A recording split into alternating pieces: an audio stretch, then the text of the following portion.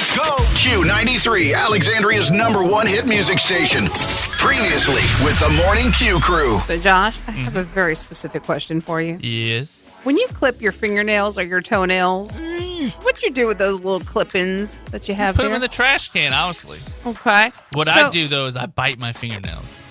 I It's a used to horrible do habit. that when I was a kid. Yeah. But I stopped it, though. I break the habit and I get right back onto it when I get stressed out a lot. I broke that habit a long, long time ago, and I forgot what I did. I think I started putting, polish on them to stop doing that. But there's other things you can do. Like, you put, a bitter thing on your nails to make yourself stop so it'll taste bad. Wear oven mitts. Well, that's kind of impractical, but okay. I mean, to me, you could just put the little bitter whatever on it to make you stop. But there is a new poll out. So the polling outfit YouGov asked 5,000 Americans, and 3% admitted they just let them fall where they may when they clip those nails. Yep, they just leave them there. But here are the top 5 things we do with our fingernail clip-ins, Josh. Oh, God, I'm going to vomit. Well, 3%, like I said, they just leave them where they fall. All right? Young people and men were a little more likely to say they leave them where they fall, by the way, which isn't very shocking. Mostly men do that. Number 4, toss them in the sink, 3%. Toss them in the... I know, that's so weird to me, but okay. Number 3, Josh, throw them outside, 5%. A little weird, but okay, they just toss them outside. I get the three songs. Fingernail clipping? I have a weird thing with fingernail clipping and feet. Nail clippings don't bother me. But throw them outside. I can understand if you're doing it outside and you throw, but why would you go outside to just toss them if you have a trash? Be like, hold on, baby, I gotta go throw my fingernail clippings. Okay, number 2, 7% of people said they flush them in the toilet. Put them in the trash can. I know, and that's what the number 1 thing is. So throw them in the trash. 73% throw them in the trash. Nancy, let me tell you something. I know I have a bad habit of biting my fingernails, and I shouldn't do that. But I cannot stand when someone is picking their toenails on your couch or your bed. I used to have my brothers that would come over. My brother would do that. He'd be watching TV and he's picking his toenails. I'm sorry, sir. You have to leave my house right now. Sometimes he'd be in my bed watching TV doing that, and I'm just like, sorry. I sleep right there. I'm sorry, sir. You have to get out of my room in my house right now. It was so gross. I hated it. Yeah, kick him out. There was one time too, I was outside with someone, and the person was biting their fingernails, and that's cool. I do it too. But she just took it and spit it out like a sunflower seed. I'm that's gross. I don't know. You do you, but it gives me the free souls. Yeah, throw them in the trash is the correct answer. 73% feel like us. Throw them in the trash. I'm gonna put some oven mitts on so I can stop that gross. No, habit. just put the little bitter stuff on it. It'll be fine. You never want to hear someone screaming in the woods, right? Right. But there's a difference between someone yelling, "Help!" and someone yelling, "And this is how you remind me of what I really am. It's not like you to say sorry. I was waiting on a different story. This I'm mistaken for giving you a What is heartbreaking." happening? What's going on? Oh, okay. Last Thursday, a search and rescue team in British Columbia, Canada, was called to a remote hiking and climbing area in the woods after a couple of hikers reported hearing some repeated cries, Nancy. Oh, wow. When they arrived, the team heard faint yelling and closed in on the area. Eventually, they found a man who was camping alone, but he wasn't in distress like the call said that they heard. He was singing his heart out to the trees, belting Nickelback's greatest hits. He was singing Nickelback. He wasn't in distress. He was just having a good time camping. Oh, wow. The first responders thanked the hikers who called it in just in case. You know, it could have been something serious. You never know. The search manager said, "And remember, our services are always free, and the money you save could be spent on singing lessons." And this is how you remind me of what I really am. It's not like you to say sorry. I was waiting on a different story. So this that time guy, you know what? I bet his friends all make fun of him for liking Nickelback so much that he had to go out in the middle of the woods just to sing Nickelback, and then that's what happened. You know what? People like to pick on Nickelback and Creed, but you know what? New Orleans had a sold-out Creed show. Yeah. Somebody likes Creed. Yeah. If New Orleans is selling out I'm Creed. just saying, people like to pick on him, but I bet that's what it was. I bet he likes Nickelback so much, and his friends make fun of him that he went to the middle of the woods just so he can enjoy himself singing Nickelback, and then look what happened. You never know who's listening. Sometimes you can be hurt. You don't think you can be hurt. You know what? This is like, I feel like this could be me easily. Yes. Like if I was camping, I'd be rocking out Yeah, to you my would dad be. rock. You'd be Oh, belting man. out Creed. Hilarious. Q93. All right, Josh, you've flown quite a few times? Or a handful? Or... One trip, I took about 4 planes. Okay. I haven't flown too often myself, but how do you feel when somebody eats something on a plane? Not like I'm talking about like the little snacks they I hand don't care. I'm too nervous to even care what other people Really? are doing. I'm sitting there crunching my pretzels in a bag with my fists clenched, my feet pressed against the seat in front of me, holding on for dear life, listening to every noise, like what's Is that happening? bad? Oh, God. I like to fly. I just don't like airports, but I like to fly. So listen. So apparently experts say that there are certain commandments for eating on a plane, okay? Because things can get kind of gross when you're eating like in a confined space, right? With little to no circulation of air. Yeah. So the first commandment, Josh, thou shalt not eat smelly foods. So no tuna, garlic, onion, no hard-boiled eggs or strong cheeses. No broccoli. Yeah, for the love of all that's holy, no fish or seafood. Yeah. Okay, number 2, thou shalt not eat messy foods. That includes things like ribs, powdered donuts, spaghetti, chili dogs, nachos, and sloppy joes. How can you bring that on a plane I anyway? don't know. Why would you be I bringing guess that on a if plane? you're buying it at the airport and you bring it on, you could do you that. pack it, I guess, too. Yeah, it's just so gross. Like, why are you doing all that? Especially if you're sitting next to somebody. I don't want to mess with all that. Number 3, thou shalt not eat foods with allergens, like a bag of peanuts or a packet of peanut butter would be safer for everyone if it was consumed in an area with open air. And number 4, thou shalt That's a little not... much. You're not going to rub peanut butter on the people sitting next to you on their face. Like, come on. No, but some people's allergies are so severe that that's why they stopped, I think, serving peanuts on flights, if I'm not mistaken. Because the allergies are so severe for some people, like the circulation in the cabin is so small that it can affect people behind you even. Yeah, so thou shalt not overindulge, and here's what an expert said. Overindulging in alcohol can be a nuisance in itself, plus alcohol can dehydrate you and amplify the effects of the altitude. Staying hydrated will make your flight much more enjoyable. And here are some of the best foods that you can eat on an airplane, like dried or fresh fruit, crackers, chips, pretzels, a meat and cheese snack pack, hummus and vegetables. What if you have a fruit allergy? You're allergic to bananas and strawberries or something? Well, then don't eat them. So a muffin, chocolate. Oh, but if you have a peanut allergy, Yeah, you get a the benefit. granola or Okay. protein bar. Well, a banana's not going to spread like powder. I say you know what no I mean? food anywhere in case of everybody that has allergies to everything. No, do nothing. Nothing. Nobody has anything on the plane. But think about it, like nuts are going to the particles that, like a banana's going to stay within itself. You know what I mean? Like No. nuts, whenever you grind them up or whatever, it's going to spread the particles. I'm not a scientist. I don't know. I have no horse in this race. Nope. You won't find me on an airplane. I can't even fly right now because I don't have a real ID. So, Oh, I don't either. Yeah. but I'm I just- don't want to fly. when I have to fly, I'll get a real ID. Other than that, I'm just going to wait till it's time to renew my license. Yeah, they should have did that last. They should I had just have. renewed. I Me don't know why too. they didn't offer me that. Me too. Like, They whatever. should have offered me that whenever I renewed not long ago. So I ain't it's- going to the DMV more than I have to. Exactly. Thank you, sir. I agree with you. I didn't do nothing to nobody to deserve Thank that. you. A lot of tourist attractions charge admission and parking fees, right? Well, now even remote, picturesque countrysides are looking to capitalize.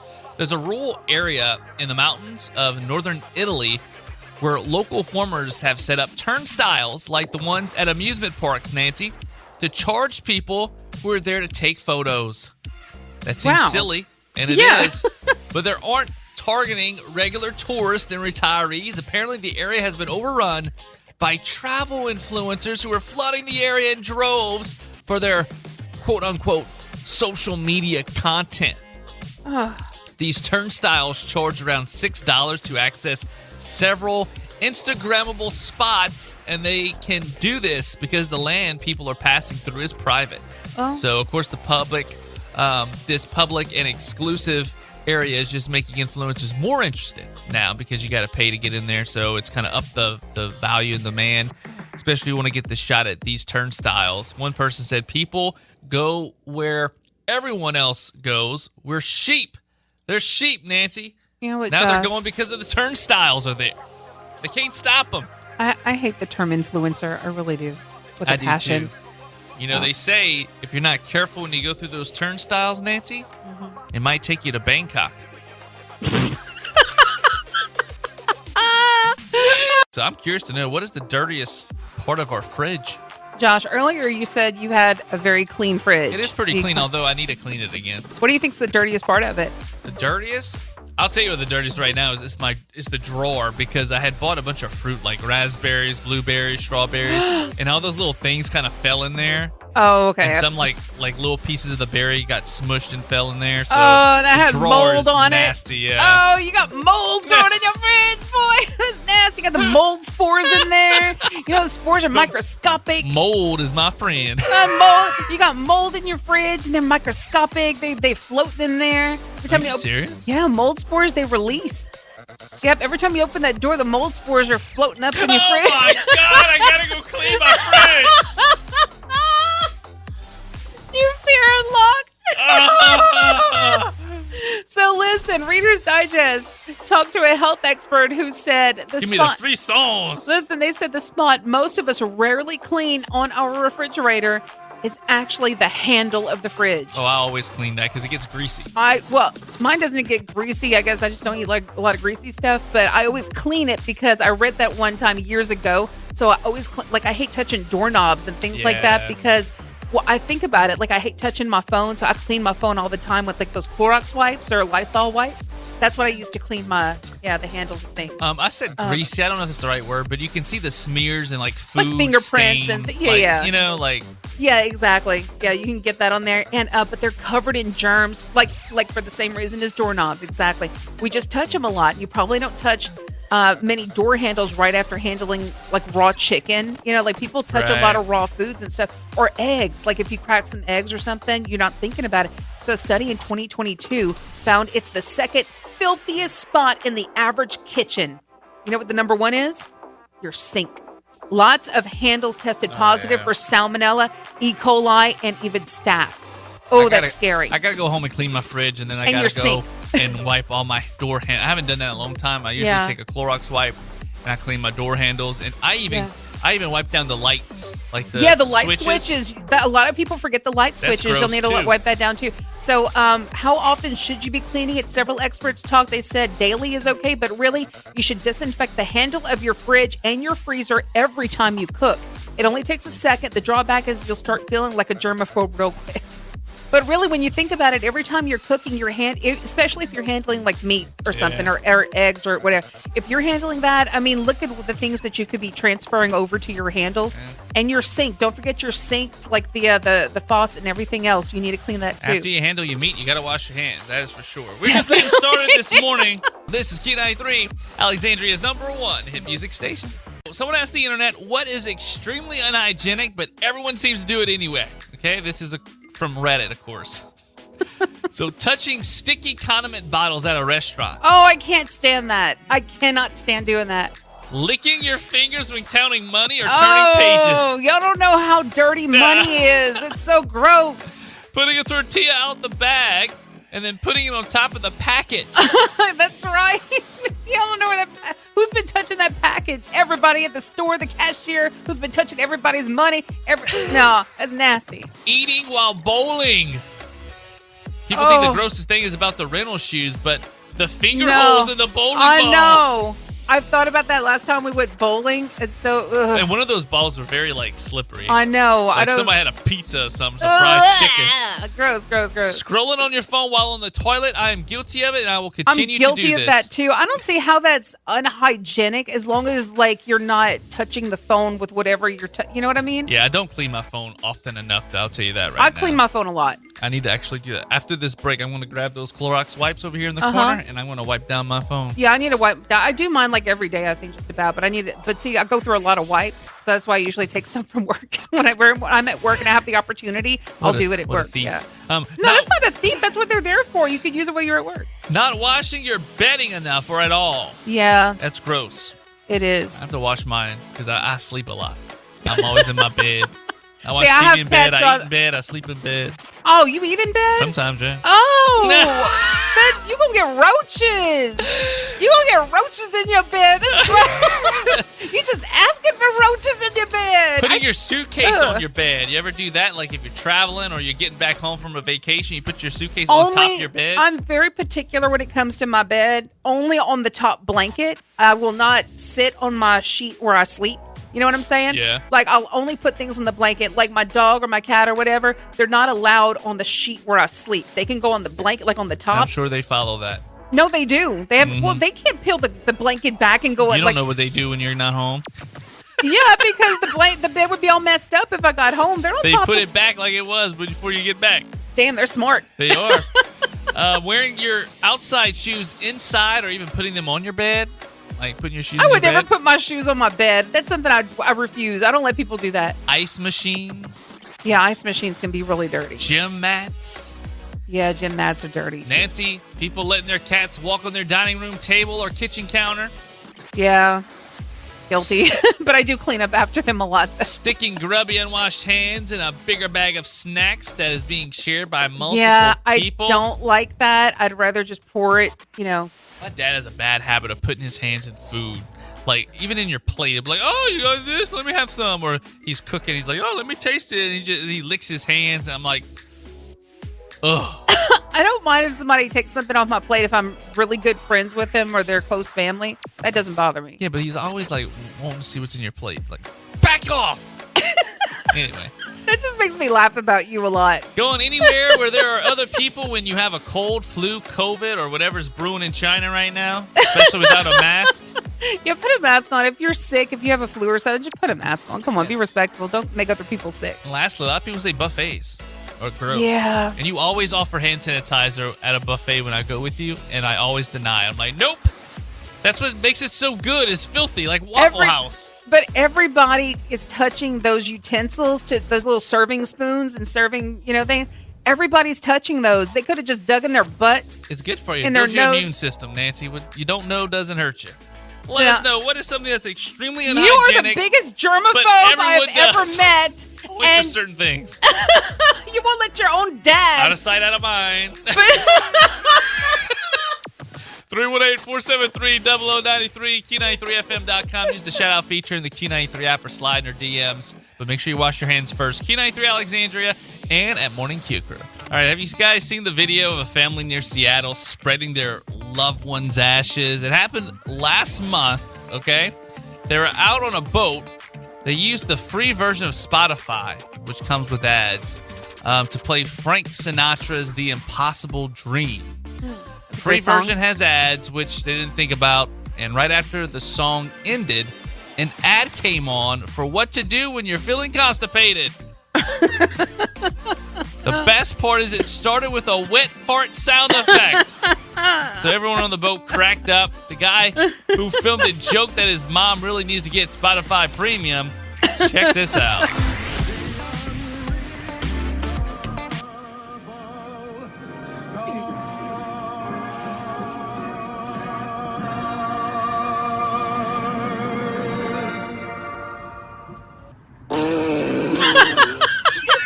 This is the quickest way to clear out stuck poop.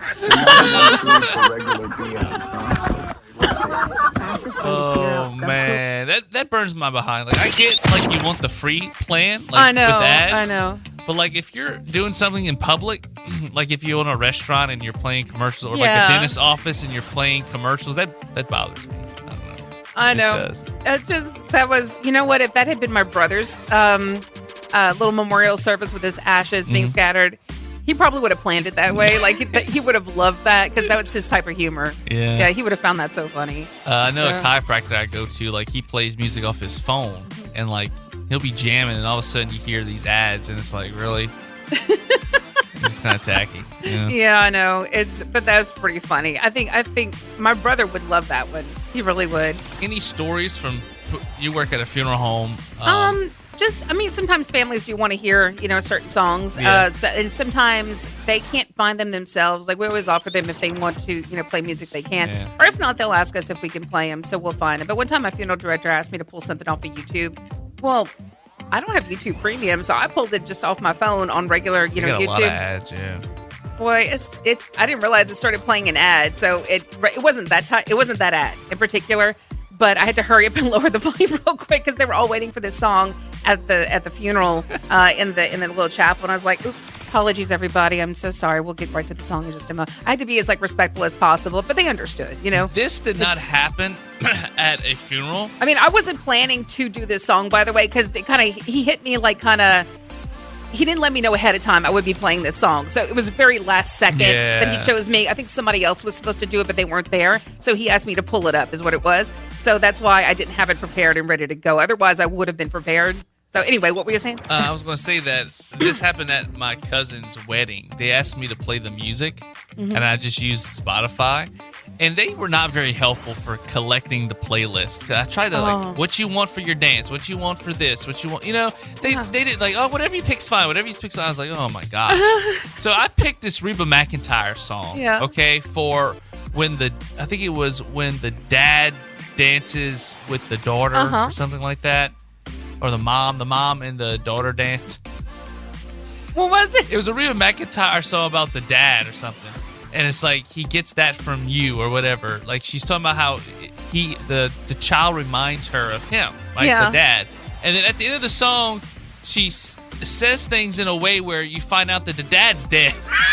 Oh no! So as the Josh. dad's dancing with his daughter, it's like, but he got that from you or whatever. And Oh, then I'm Josh. like, oh no! No, So I heard Josh. him and faded the song out. But if they would have helped me pick songs. The song is great for that until the end of the song. The end of the song. I was like, dang it. Josh. Probably why they didn't pay me to do it. Let's reminisce here. Talk about some TV shows that, man, coming out the gate, they start off strong, but as the show continued, it kind of faded, and it got worse and worse. Right. And instead of ending strong, it just ended terribly. There are some of them that I can think of as well. Like that. I mean, there is a thread that's going viral online where people are talking about such shows. Like one of them was Once Upon a Time. I really liked Once Upon a Time. Like I would watch that one every time a new episode was out. But they said they really truly had something cool, but they just kept dragging it all in the mud. And I have to agree with that one because I don't think I even finished the series because it just got too repetitive toward the end. Like they were trying to watched it.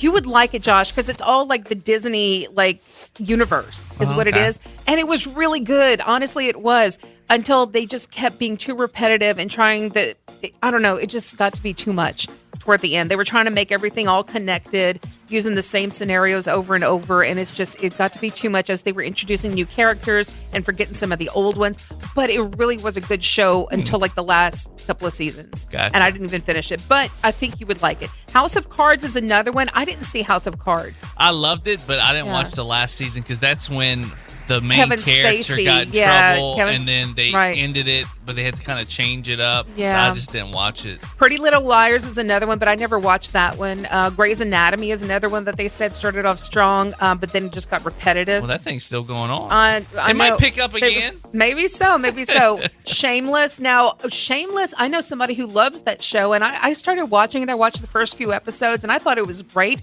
I do want to continue with it. They said it was a 10 out of 10 for several reasons, but got harder to watch the longer it went on. But I tell you what, the first few episodes I watched were fantastic. So I might want to continue with it. American Horror Story, they said each season gets worse than the one before. I have to disagree with that. Yes, there were some terrible seasons, but I don't agree with everyone's worse than the one before. I think season 1 was probably the best. Season 2 was okay. It was decent. But I think season 3 was better than 2. And the one with Lady Gaga, I forget if that was 5 or whatever. That was the one in the hotel. I thought that one was better than some of the other seasons. So I'm just saying the way they're putting it, but some of the seasons are really trash. Okay, that 70s show, I agree. By the end, it was not good. I never got into that 70s show. It was so good. That was one of my favorite I'm sure I would comedies. enjoy it now, but I think that was one of the shows my parents really didn't care for me to watch. Oh, okay. It was fun. I really liked the show, but yeah, by the end, I agree. It wasn't great. Now, Josh, I have a bone to pick with this one. Game of Thrones is on the list.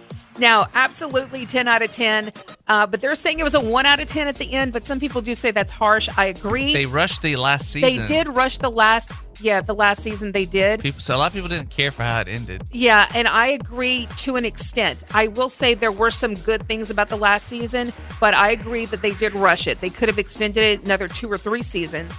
I think they just hated what some of the writing did and how some of the characters turned out, which I fully agree with that. I would give it maybe 5 or 6 out of 10 instead of 1 out of 10. Prison Break is another one. I love that show. I never watched that one, but do you agree that it just went downhill? I don't think so. I don't remember exactly how it ended. It's been a long time since I watched it, but I know the first season was a drag, but once they broke out of prison that first time, like it was great. It was great. I think I would like it if I tried. The Umbrella Academy is another one. I haven't watched it, but I know a lot of people who like it. Yellowstone, I know people love it, but some people that say... actor ruined that. What's his name?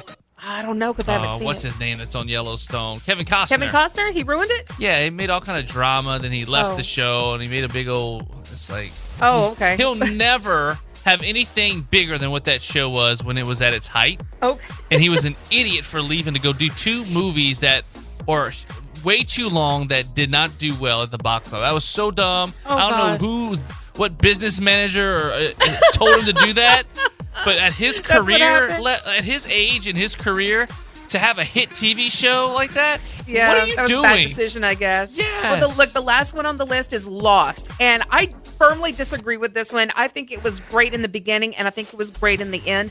I know why people didn't like it in the end, but I personally loved it, and I remember with one of my best friends watching the finale at a Lost party, and we had Lost-themed food and everything else, and he even bought lottery tickets with the same numbers that were featured in the show. We had a great time, and I loved the way it ended, and I thought it ended beautifully. So I think people were just complaining for nothing for the ending of Lost. They just didn't get it. You can throw in Roseanne, too, the way that show ended. I love Roseanne, but it started got off crazy. great, but it ended terribly. The original Roseanne, you're right. He won the lottery, and he had a heart attack, and it was all you're fake. You're absolutely right. It was a great first few seasons of Roseanne, but then it just went downhill. Yeah, I still love the show, though. Oh, yeah. They kind of made it right with the Connors, though. They kind of made it look like that was all a dream or something like that. Man, Roseanne ended badly at first, but you're right. Those first couple of seasons of Roseanne, 2 or 3 seasons, were some of the best.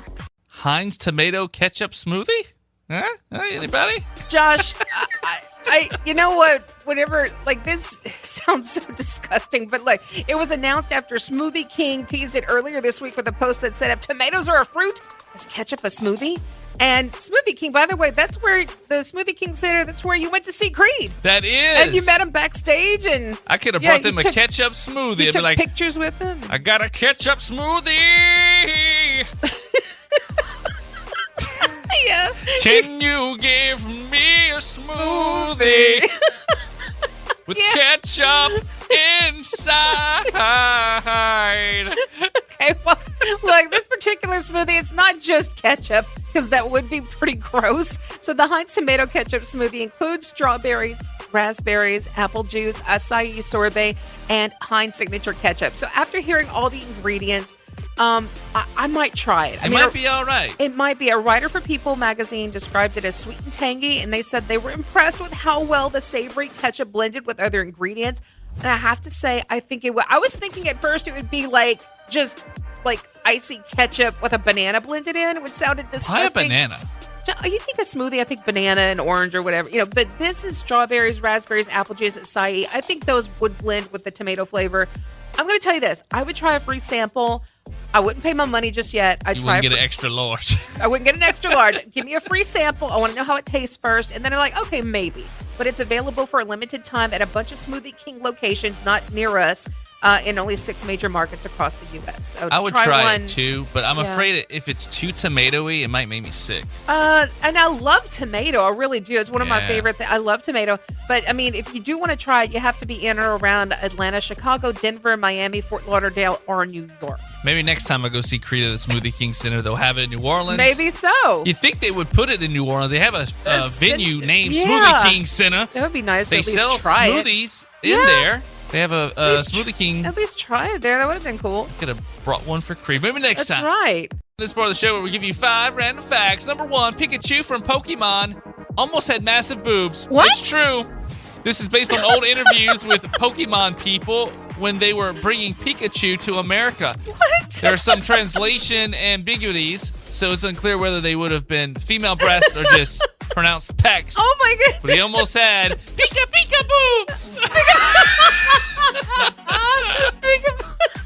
Okay. Number 2, Miller Lite was originally called Gobbling Gablinger's diet beer when it was developed in 1967. Did I say that right? Gablinger's? Gablingers, yeah. Gablinger. I never heard of Gablinger. I'm not a beer person. Gablingers. I'm not a beer person. I don't know. Number 3, the estimated value of the 843 acres of land in New York's Central Park was estimated to be about $529 billion in 2005. More recent estimates have it around $40 trillion. It makes me think of that time. Remember they devalued Trump's Mar-a-Lago property? Oh. They're like, this is no longer valued what you think it is. Valued. You don't hear about that anymore. Interesting No, enough. you don't. Number 4, the very last line of Marvin Gaye's Sexual Healing, which you can barely hear as the song fades out, is, please don't procrastinate. It's not good Oh, to. no. Well, it rhymes with procrastinate, but it's another word for please yourself. Number 5, there's a pro wrestling move called the choke slam, where the wrestler lifts the opponent up by the throat and slams him to the ground. Jelly Roll did that at SummerSlam. Uh-huh. It was invented during an amateur wrestling match by Abraham Lincoln. What? And one of my favorite moves is the choke slam. I think that's a underused move. I love it. Abraham Lincoln did that? Abraham Lincoln. Dang, that president keeps getting cooler. Thank you to our producers for those 5 random facts. Yeah. Who's our crazy criminal? It's you, Josh, for singing that song just now. For trying to imitate their voice. Bad enough for you, baby. That's when they were young. They hadn't hit puberty yet, so their voice was real. You need to be screechy. arrested for that screech that you just let out in here. Bad enough. You need to be arrested for that immediately. And I will announce you for the next crazy criminal story. But today's crazy criminal, Josh, is a 51-year-old woman named Janice Oney, who was arrested after she intentionally started a fire at a man's home in Maryland. Do you know why she did that, Josh? Why? Because he owed her money. You know how much he owed her? $7. $7? That's right. She burnt the house down for $7? The man said Janice was, quote, someone he had known for several years, and she showed up at his home on July 3rd and became upset after demanding $7 she claimed he owed her. They argued and she left. But you know what? She returned a few minutes later with a bottle of gasoline. She poured it on the front door, ignited it, and sped off on a bicycle. Bicycle? Thankfully, the guy noticed the fire, was able to extinguish it before the authorities arrived. Janice facing a slew of charges, including first and second degree arson, malicious burning, reckless endangerment, malicious burning, and destruction of property. The guy didn't say why she thought he owed her $7 or what it was for. I'm guessing she has a little addiction problem. That's what I'm. Janice is cray-cray. Janice has a problem. You know what she did, though? What? She went to that man. She said, you owe me $7, and because of that, I'm burning up your house. That's what she said. Yeah, that's what she said, buddy. You're listening to the best of the Morning Q Crew. Wake up with the Morning Q Crew weekdays 6 to 10 a.m. and subscribe to the best of the Morning Q Crew podcast wherever you get your podcasts. Let's go! Q93.